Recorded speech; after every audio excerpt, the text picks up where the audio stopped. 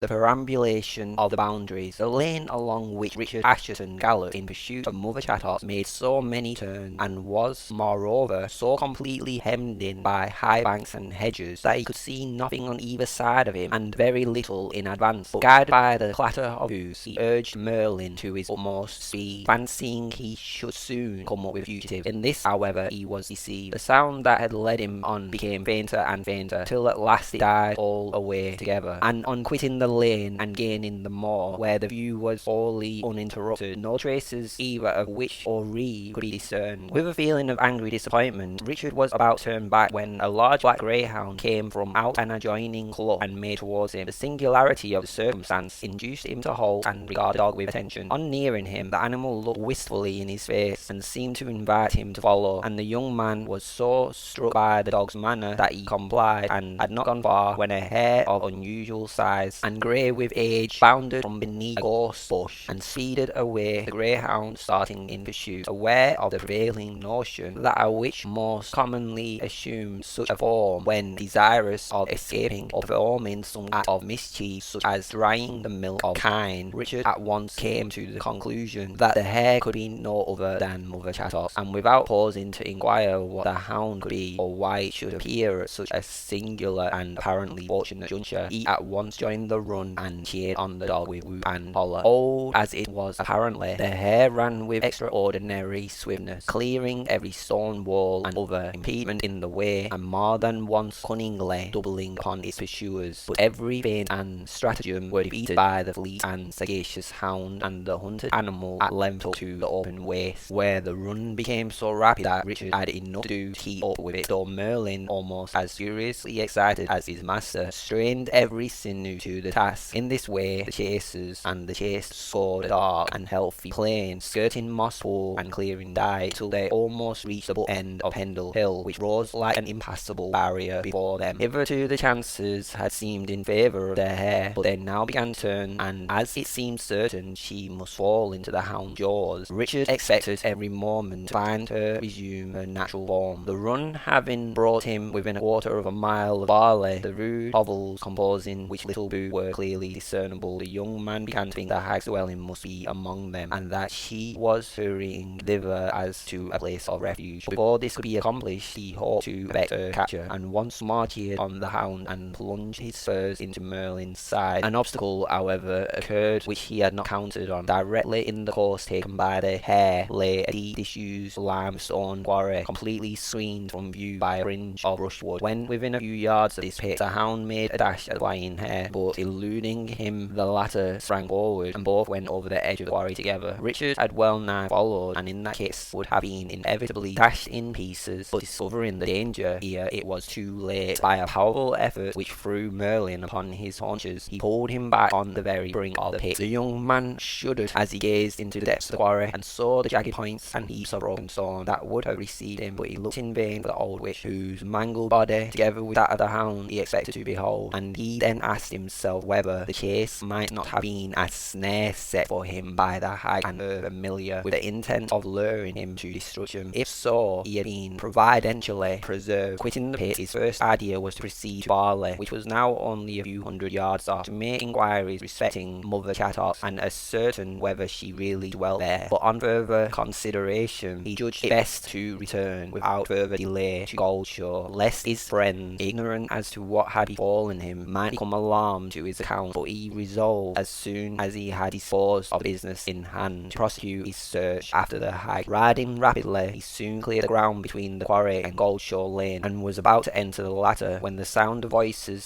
singing a funeral hymn caught his ear, and pausing to listen to it, he beheld a little procession, the meaning of which he readily comprehended, wending its slow and melancholy way in the same direction as himself. It was headed by 4 men in deep mourning, bearing upon their shoulders a small coffin covered with a pall, and having a garland of white flowers in front of it. Behind them followed about a dozen young men and maidens, likewise in mourning, walking 2 and 2, with gait and aspect of unfeigned affliction. Many of the women, though merely rustics, seemed to possess considerable personal attraction, but their features were in a great measure concealed by their large white cheeks disposed in the form of us. All carried sprigs of rosemary and bunches of flowers in their hands. Plaintive was the hymn they sang, and their voices, though untaught, was sweet and touching, and went to the heart of the listener. Much moved, Richard suffered the funeral procession to precede him along the deep and devious lane, and as it winded beneath the hedges, the sight was inexpressibly affecting. Fastening his horse to a tree at the end of the lane, Richard followed on, but notice of the approach of the train having been given in the village, all the inhabitants flocked forth to meet it, and there was scarcely a dry eye among them. Arrived within a short distance of the church, the coffin was met by the minister, attended by the clerk, behind whom came Roger Norwell, Nicholas, and the rest of the company from the hostel. With great difficulty, poor Baldwin could be brought to take his place as chief mourner. These arrangements completed, the body of the ill-fated girl was borne into the churchyard, the minister reading the solemn text appointed for the occasion, and leading the way to the grave beside which stood the sexton, together with the beadle of culture and star shot. The coffin was then laid on trestles, and amidst profound silence broken only by the sobs of the mourners, the service was read and preparations made for lowering the body into the grave. Then it was that poor Baldwin, with a wild heart-piercing cry, flung himself upon the shell containing all that remained of his lost treasure, and could with difficulty be removed from it by Bess and Sudol, both of whom were in attendance. The bunches of flowers and sprigs of rosemary having been laid upon the coffin by the maidens, amidst loud sobbing and audibly expressed lamentations from the bystanders, it was let down into the grave and earth thrown over it. Earth to earth, ashes to ashes, dust to dust. The ceremony was over. The mourners took themselves by the little hostel, and the spectators slowly dispersed, but the bereaved father still lingered, unable to tear himself away. Leaning for support against the yew tree, he fiercely bade Bess, who would have led him home with her, begone. The kind-hearted hostess complied in appearance, but remained nigh at hand, though concealed from view. Once more the dark cloud overshadowed the spirit of the wretched man. Once more the same infernal desire of vengeance possessed him. Once more he subjected himself to temptation. Striding to the front of the grave, he raised his hand and with terrible imprecations vowed to lay the murderess of his child as low as she herself was now laid. At that moment he felt an eye like burning glass fixed upon him, and looking up behind the reeve of the forest standing on the further side of the grave, "Kneel down and swear to be mine, and your wish shall be gratified," said the reeve. Beside himself with grief and rage, Baldwin would have complied, but he was arrested by a powerful grasp. Fearing he was about to commit some rash act, Bess rushed forward and caught hold of his doublet. "Bethink thee what thou hast just heard from the minister, Rushshot," she cried in a voice of solemn warning. "Blessed are the dead at the eye of the Lord, for they rest for their labours, and again succour us not at our last hour, for only pains of death to fear for death. O Rushshot dear, for the love thou hadst for thy poor child, who is now delivered for the burden of flesh, and dwell in thy joy and felicity with God and his angels, do not endanger thy precious soul. Pray that thou mayest depart in the eye of the Lord, in whom are the souls of the faithful, and Mary's I trust among the number. Pray that thy end may be like hers." "I cannot pray, Bess," replied the miller, striking his breast. "The Lord has turned his face from me, because thy heart is ardent, Rushshot," she replied, "but nourishing no such black and wicked force. Cast them off thee, I adjure thee, and come Wareham with me." Meanwhile the reeve had swung across the grave. "Thy answer at once," he said, grasping the miller's arm and breathing the words in his ears. "Vengeance is in thy power, a word and it is thine." The miller groaned bitterly. He was sorely tempted. "What is that man saying to thee, Rushshot?" inquired Bess. "Do not ask, but take me away," he answered. "I am lost else. Let him lay a finger on me."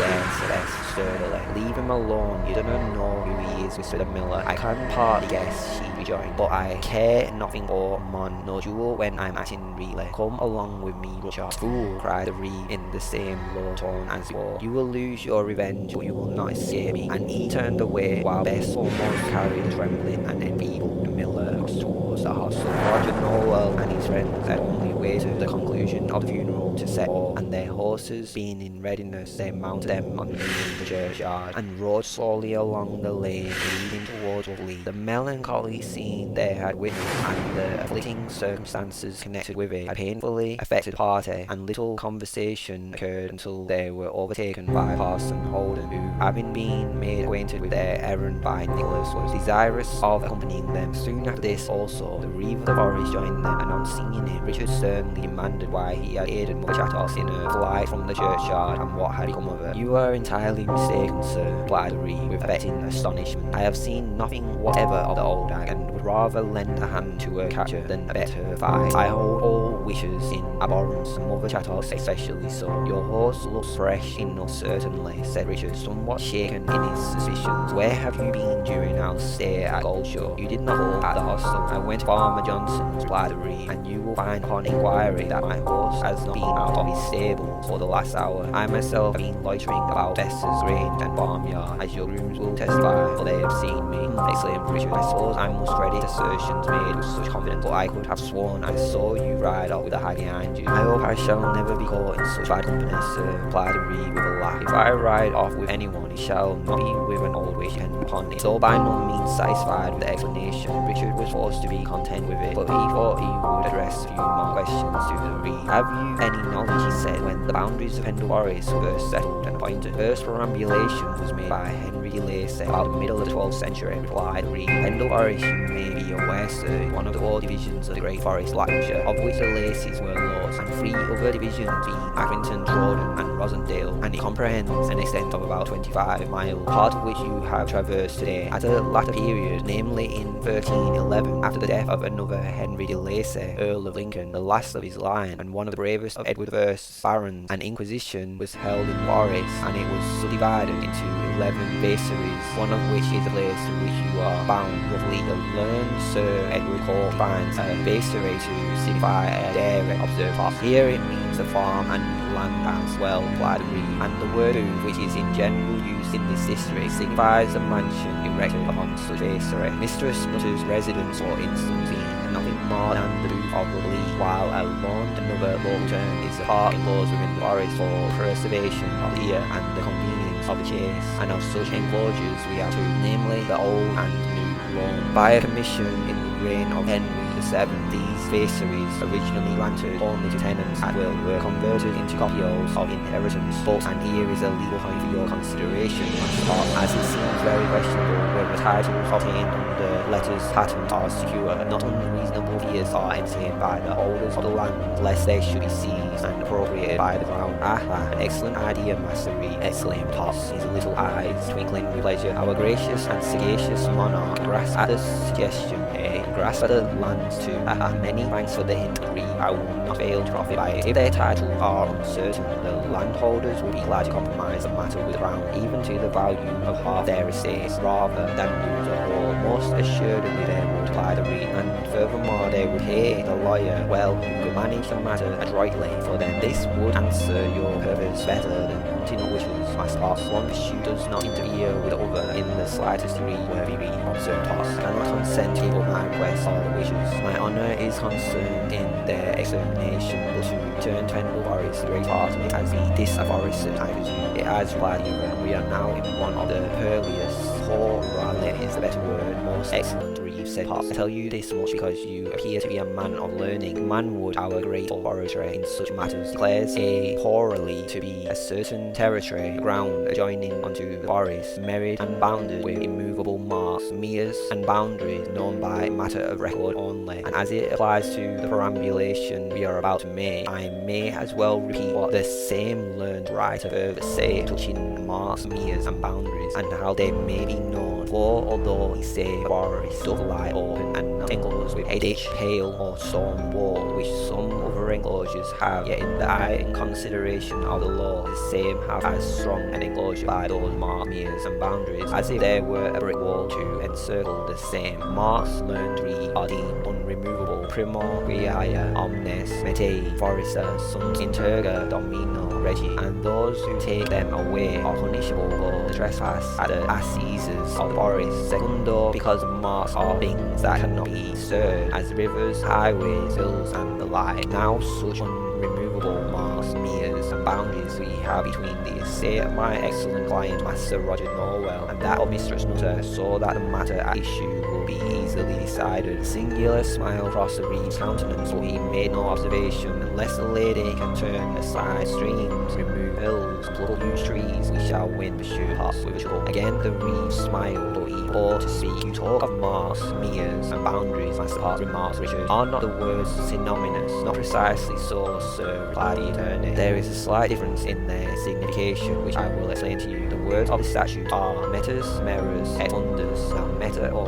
mark is an object rising from the ground, as a church, a wall, or a tree. Mera or mira is the space or interval between the forest and the land adjoining, whereupon the mark may chance to stand. And munda is the boundary lying on a level with the forest, as a river, pool, or a bog. I comprehend the distinction, replied Richard, and now as we are on this subject, he added to the reeve, I would gladly know the precise nature of your office. My duty, replied the other, is to range daily throughout all the purlius or porales, as Master Hotmore properly terms them, and disafforested lands, and inquire unto all trespassers and offences against vert or venison, and present them at the king's next court of attachment or Swainmoor. It is also my business to drive into the forest such wild beasts as have strayed from it, to attend to the lowing and expedition of mastiffs, and to raise hue and cry against any malefactions or trespassers within the forest. I will give you the exact words of the statute, said Potts. Sicuus viderit malefactorus infra metus foresta debet illos capere secendum possi sum et si non possi debet levare tesium et clamorum. And the penalty for refusing to follow hue and cry is heavy fine. I would that part of your duty relating to the oxunooing and lowing of mastiffs could be discontinued, said Richard. I grieve to see a noble animal so mutated. In Borland Forest, as you are probably aware, sir, rejoined the reeve, only the larger mastiffs are lamed, a small stirrup or gauge being kept by the master forester, Squire Robert Parker of Browsholme, and the dog whose foot will pass through it escapes mutilation. The practice is a cruel one, and I would it were abolished with some of our barbarous forest laws, observed Richard. While this conversation had been going on, the party had proceeded well on their way. For some time the road, which consisted of little more than tracks of wheels along the turf, led along a plain thrown up into heapy hillocks, and then passing through a thicket evidently part of the old forest, it brought them to the foot of a hill, which they mounted and descended into another valley. Here they came upon Pendle Water, and while skirting its banks could see at a great depth below the river rushing over its rocky bed like an alpine torrent. The scenery had now begun to assume a savage and sombre character. The deep rift through which the river ran was evidently the result of some terrible convulsion of the earth, and the rocky strata were strangely and fantastically displayed. On the farther side, the banks rose up precipitously, consisting for the most part of bare cliffs, though now and then a tree would root itself in some crevice. Below this the stream sank over a wide shelf of rock in a broad full cascade, boiled and formed in the stony basin that received it, after which, grown less impetuous, it ran tranquilly on for a couple of 100 yards, and was then artificially restrained by a dam, which, diverting it in part from its course, caused it to turn the wheels of a mill. Here was the abode of the unfortunate Richard Baldwin, and there blossomed for fair flowers so untimely gathering. An air of gloom hung over this once cheerful spot, its very beauty contributing to this saddening effect. The mill race flowed swiftly and brightly on, but the wheel was stopped, windows and doors were closed, and Death kept his grim holiday undisturbed. No one was to be seen about the premises, nor was any sound heard except bark of the lonely watchdog. Many a sorrowing glance was cast at this forlorn habitation as the party rode past it, and many a sigh was heaved for the poor girl who had so lately been its pride and ornament. But if anyone had noticed the bitter sneer curling the reed lip, or caught the malignant fire gleaming in his eye, it would scarcely have been thought that he shared in the general regret. After the cavalcade passed the mill, one or two other cottages appeared on the near side of the river, while the opposite bank began to be clothed with timber. The glen became more and more contracted, and a stone bridge crossed the stream, near which, on the same side of the river as the party, stood a cluster of cottages constituting the little village of Rugby. On reaching the bridge, Mistress Nutter's habitation came in view, and it was pointed out by Nicholas Potts, who contemplated it with much curiosity. As the party drew near the house, the gates were thrown open by an old porter, with two other servants who besought them to stay and partake of some refreshment, but Roger Norwell haughtily and peremptorily declined the invitation and rode on, and the others, for some of them would have fain have complied, followed him. Scarcely were they gone than James Device, who had been in the garden, issued from the gate and speeded after them, passing through a close at the end of the mansion and tracking a short narrow lane edged by stone walls, and the party, which had received some sections from the cottages of Roughly as well as from the huts on the hillside, again approached the river and proceeded along its banks. The newcomers, being all of them tenants of Mistress Nutter, acted apparently under the directions of James Device, who had now joined the troop, stoutly and loudly maintained that the lady would be found right in the inquiry, the exception of one old man named Henry Mitten, demonstration, and he shook his head gravely when appealed to by Jem, and could by no efforts be induced to join in the clamour. Notwithstanding this demonstration, Roger Norwell and his legal advisor were both very sanguine as to the result of the survey being in their favour, and Master Potts turned to ascertain from Sparshot that the two plans which had been rolled up and consigned to his custody were quite safe. Meanwhile, the party, having followed the course of Pendle Water through the glen for about half a mile, during which they kept close to the brawling current, entered a little wicket, and then striking off on the left, passed over the foot of a hill and came to the edge of a wide moor where a halt was called by Norwell. It being now announced that they were on the confines of the disputed property, preparations were immediately made for the survey. The plans were taken out of a quiver in which they had been carefully deposited by Sparshot and handed to Potts, giving one to Roger Norwell and the other to Nicholas, and opening his memorandum book declared that all was ready, and the two leaders rode slowly forward while the rest of the troop followed, their curiosity being stimulated to the highest pitch. Presently Roger Norwell again stopped and pointed to a woody break. "We are now come," he said, "to a woody forming part of my property, and which from an eruption caused by a spring that took place in it many years ago is called First Look." "Exactly, sir, exactly," cried Potts. "First Look, I have it here, landmarks, 5 grey stones lying apart at a distance of 100 yards or thereabouts, and giving you, sir, 20 acres of moorland. Is it not so, Master Nicholas? The marks are such as I have described here." "They are, sir," replied the squire, "and this slight difference in the allotment of the land, namely, that Mistress Nutter claims the 20 acres, while she assigns you only 10. 10 devils," cried Roger Norwell furiously. "20 acres are mine, and I will have them." "To the proof, then," rejoined Nicholas. "The first of the grey stones is here, and the second on the left in that hollow," said Roger Norwell. "Come on, my masters, come on." "Aye, come on," cried Nicholas. "This perambulation will be rare sport. 2 wins for a piece of gold, cousin Richard." "Nay, I will place no wager on the event," replied the young man. "Well, as you please," cried the squire, "but I would lay 5 to 1 that Mistress Nutter beats the magistrate." Meanwhile, the whole troop having set forward, they soon arrived at the second stone. Grey and moss-grown, it was deeply embedded in the soil, and to all appearance had rested undisturbed for many a year. "You measure from the cup, I presume, sir,"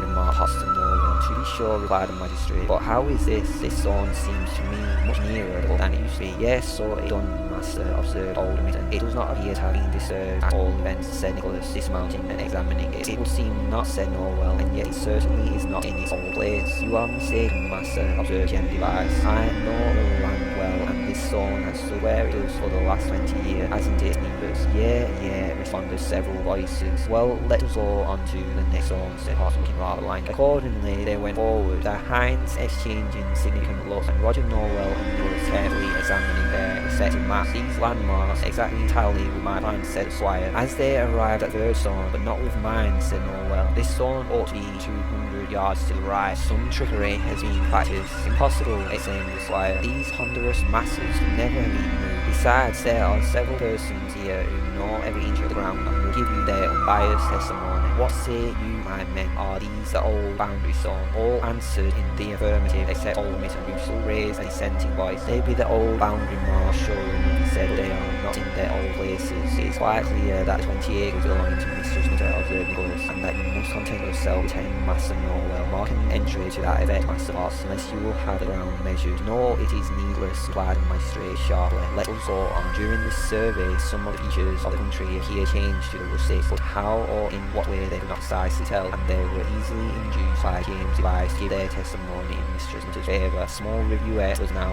reached, and another halt being called upon its sedgy banks, the plans were again consulted. "What have we here, Master Potts?" "Marks or boundaries?" inquired Richard with a smile. "Both," replied Potts angrily. "This rivulet, which I take to be Moss Brook, is a boundary, and that sheepfold and the 2 posts standing in a line with it are marked. But oh, how is this?" he cried, regarding the plan in dismay. "The 5 acres of wasteland should be on the left of the brook." "It would doubtless suit Master Norwell better if it were so," said Nicholas, "but as they chance to be on the right, they belong to Mistress Nutter. I merely see from the plan." "Your plan is null, sir," cried Norwell furiously. "By what foul practice these changes have been brought, I tend not to say, though I can give a guess, but the audacious which has thus deluded me shall bitterly rue it." Hold, Master Norwell," joined Nicholas. "I can make great allowance for your anger, which is natural considering your disappointment, but I will not permit such unwarrantable insinuations to be thrown out against Mistress Nutter. You will be to abide by Sir Ralph Ashton's award, and you must not complain if it be made against you. Do you imagine that this stream can have changed its course in a single night, or that beyond Sheepfold has been to the other side of it. I do, replied Norwell, and so do I, cried Potts. It has been accomplished by the aid of, but feeling himself checked by a glance from the reed, he stammered out, of Mother Dem died. You declared just now that marks, sneers, and boundaries were unremovable, Master Potts, said Reed with a sneer. You have altered your opinion. The crestfallen attorney was done. Master Roger Norwell finds some better plea than the imputation of witchcraft to set aside Mistress Nutter's claim, observed Richard. Yeah, that's human, replied James Device, and the hands that slaughtered him. The magistrate, it is with vexation. There is witchcraft in it, I read, he said. Yea, they that be, responded old Newton. But those words were scarcely uttered when he was fell to the ground by the bludgeon of James Device. I'd say thee, I team same way for 2 pins, said Jem, garning Potts with a savage look. No violence, Jem, cried Nicholas authoritatively. Do harm to the cause, you would serve by your outrageous conduct. Beg pardon, squire, replied Jem, but I wonder here lies toward about Mistress Nutter. No one shall speak ill on her here, cried the hand. Well, Master Norwell, said Nicholas, are you willing to concede the matter at once, or will you pursue the investigation further? I will ascertain the extent of the mischief done to me before I stop, rejoined the magistrate angrily. Forward then, cried Nicholas. Our course now lies along this footpath with a rock on the left and an old barn on the right. Here the findings correspond our gate on spot. The attorney here there is a small spring and trough on the right, and we then come to a limestone quarry, then by a plantation called Cat Gallows Wood, so named because some troublesome mouser has been hanged there, I suppose, and next by a deep moss pit called Swallow Hole. Alright, Master Potts, we shall now enter upon Warson Moor and come to the hut occupied by Jem Device, who can, it is presumed, speak positively as to its situation. Very true, cried Potts, as if struck by an idea. Let the rascal step forward. I wish to put a few questions to him respecting his tenement. I think I shall catch him now, he added in a low tone to Norwell. Here I be, cried Jem, stepping up with an insolent and defying look. What do you want with me? First of all, I would caution you to speak true, commenced Potts impressively, as I shall take down your answers in my memorandum book, and they shall be produced against you hereafter. If he utters a falsehood, I will commit him, said Roger Norwell sharply. Speak civilly, and I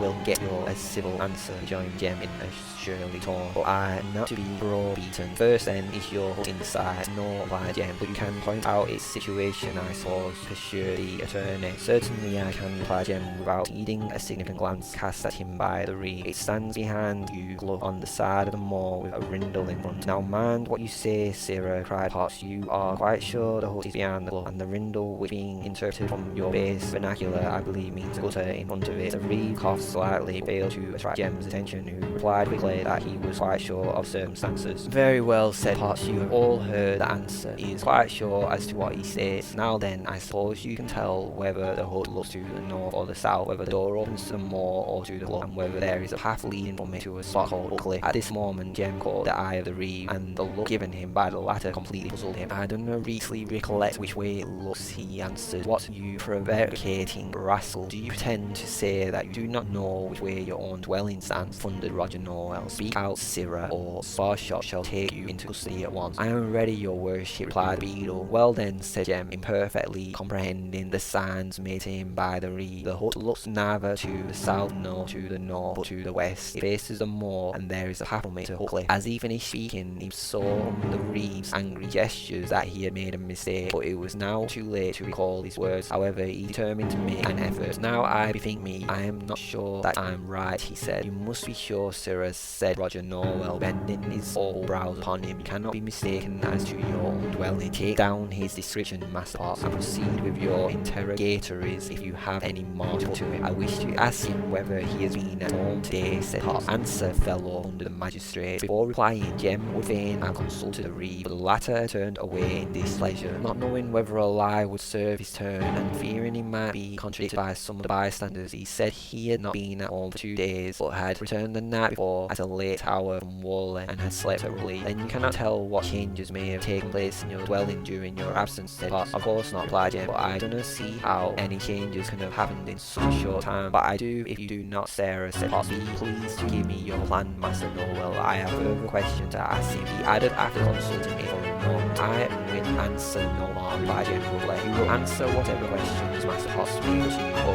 you are taken into custody, said the magistrate. So Jem would have immediately beaten and retreated, but being surrounded by 2 grooms and Sparshot, who only waited a sign from Norwell to secure him or knock him down if he attempted to fly, he gave a surly intimation that he was ready to speak. You are aware that a die intersects the heath before us, namely Orson Moore, said Potts. Jem nodded his head. I must request particular attention to your plan as I proceed, Master Nicholas, pursued the attorney. I now wish to be informed by you, James Device, whether that die cuts through the middle of the moor or traverses the side, and if so, which side. I desire also to be informed where it commences and where it ends. Jem scratched his head and reflected a moment. The matter does not require consideration, sirrah, cried Norwell. I must have an instant answer. So you shan't, replied Jem. Wheel then the die begins near a little mound called Turn Hayard, about 100 yards from my dwelling, and runs across the easterly side of the moor till it reaches Knoll Bottom. You will swear this, cried Potts, scarcely able to conceal his satisfaction. Swear it? Aye, replied Jem. Aye, well, I swear it, chorused the hinds. I'm delighted to hear it, said Potts, radiant with delight, for your description corresponds exactly with Master Norwell's plan, and differs materially from that of Mistress Nutter, as Squire Nicholas Ashton will tell you. I cannot deny it, replied Nicholas in some confusion. I should have said westerly instead of easterly, cried Jem, but you puzzle a man so with your lawyerly questions that he doesn't know his right on or his left. Yeah, we are meant to say yesterday, added the hinds. You have sworn the contrary, cried Norwell. Secure him, he added, to the grooms and Sparshot, and do not let him go till we have completed the survey. We will now see how far the reality corresponds with the description, and what further devilish tricks have been played with the property. Upon this the truth was again put in motion. James Device walking between the two grooms, with Sparshot behind him. So wonderfully elated was Master Potts by the successful hit he had just made, and which in his opinion quite counterbalanced his previous failure, that he could not help communicating his satisfaction to Flint, and this in such a manner that the fiery little animal, who had been for some time exceedingly tractable and good-natured, took umbrage at it, and threatened to dislodge him if he did not desist from the badgeries, delivering the hints so clearly and unmistakably that it was not lost upon his rider, who endeavoured to calm him down in proportion as the attorney's spirits rose. Those of James Device and his followers sank, for they felt they were caught in a snare from which they could not easily escape. By this time they had reached the borders of Worston Moor, which had been hitherto concealed by a piece of rising ground covered with gorse and brushwood, and Gems together with law. The Rindle and the die came distinctively into view. The plans were again produced, and on comparing them it appeared that the various landmarks were precisely situated as laid down by Mistress Nutter, while their disposition was entirely at variance with James Device's statement. Master Potts then rose in his stirrups, and calling for silence, addressed the assemblage. There stands the hut, he said, and instead of being behind the globe, it is on one side of it. While the door certainly does not face the moor, neither is the Rindle in front of the dwelling or near it, while the dyke, which is the main and important boundary line between the properties, runs above 200 yards farther west than formerly. Now observe the original position of these marks, meres, and boundaries. That is, of this hut, this clough, this Rindle, and this dyke, exactly corresponds with the description given of them by the man Device, who dwells in the place, and who is therefore a person most likely to be accurately acquainted with the country. And yet, though it has only been absent 2 days, changes the most surprising have taken place. Changes so surprising indeed that he scarcely knows the way to his own house, and certainly never could find the path which he has described as leading to